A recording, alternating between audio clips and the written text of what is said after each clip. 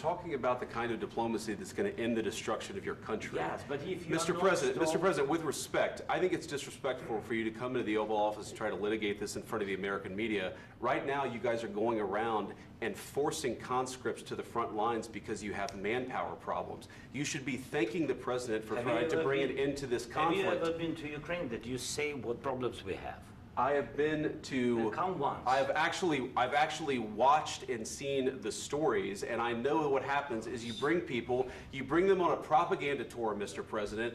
Do you disagree that you've had problems bringing people into your military? And do you think that it's respectful to come to the Oval Office of the United States of America and attack the administration that is trying to prevent the destruction of your country?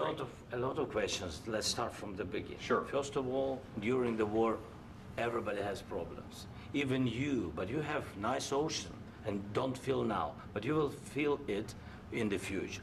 God bless. You don't know that. God bless. You God bless. You will not have a war. Don't tell us what we're going to feel. We're trying to solve a problem. Don't tell us what we're going to feel. I'm not telling you. Because you're in no position to dictate that. That's exactly what you're doing. You're in no position to dictate what we're going to feel. We're going to feel very good. You will feel influence. We're going to feel very good and very strong. You will feel influence. You're right now not in a very good position. You've allowed yourself to be in a very bad position, and he happens to be right about it. From the very beginning of the war. You're not in a good position. You don't have the cards right now. With us, you start having cards. Right now, you don't. You're playing cards. You're playing cards. You're gambling with the lives of millions of people. You're gambling with World War III. You're gambling with World War III. And what you're doing is very disrespectful to the country, this country, that's back to you, far more than a lot of people said they should have. Have you said thank you once? This entire meeting? No, in this entire meeting, have you said thank you? You went to Pennsylvania and campaigned for the opposition in October. Offer some words of appreciation for the United States of America and the President who's trying to save your country. Please, you think that if you will speak very loudly about the war, you can... He's not speaking loudly. He's not speaking loudly. Your country's in big trouble. Can I Wait a minute. No, you've done a lot of talking. Your country is in big trouble. I know. You're not winning. You're not winning this. You have a damn good chance of coming out okay because of us. Mr. President, we are staying in our country, staying strong from the very beginning of the war. We've been alone, and we are thankful. I said thanks in this cabinet, and not only in this cabinet. We gave you, through this stupid president, $350 billion.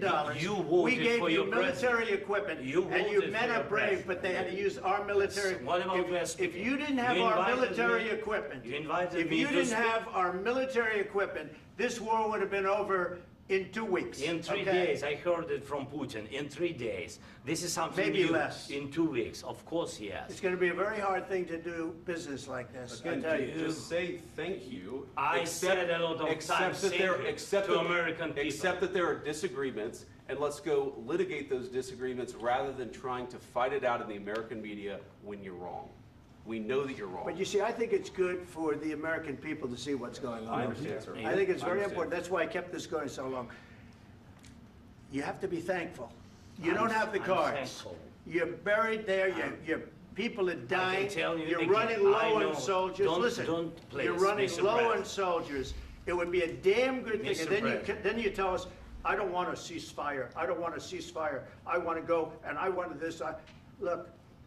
If you could get a ceasefire right now, I tell you, you take it so the bullets stop flying and your men stop getting killed. Of course, we want to stop the war. But you're saying you don't want a ceasefire. But I said to you, I want a ceasefire. With guarantees. Because you'll get a ceasefire faster than an agreement. Ask our people about ceasefire, what they think.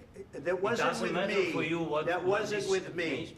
That was with a guy named Biden, who was not a smart person. That was with Obama. It was your president. Excuse me. That was with Obama, who gave you sheets, and I gave you javelins. Yes. I gave you the javelins to take out all those tanks. Obama gave you sheets. In fact, the statement is, Obama gave sheets and Trump gave javelins. You got to be more thankful, because let me tell you, you don't have the cards. With us, you have the cards. But without us, you don't have any cards.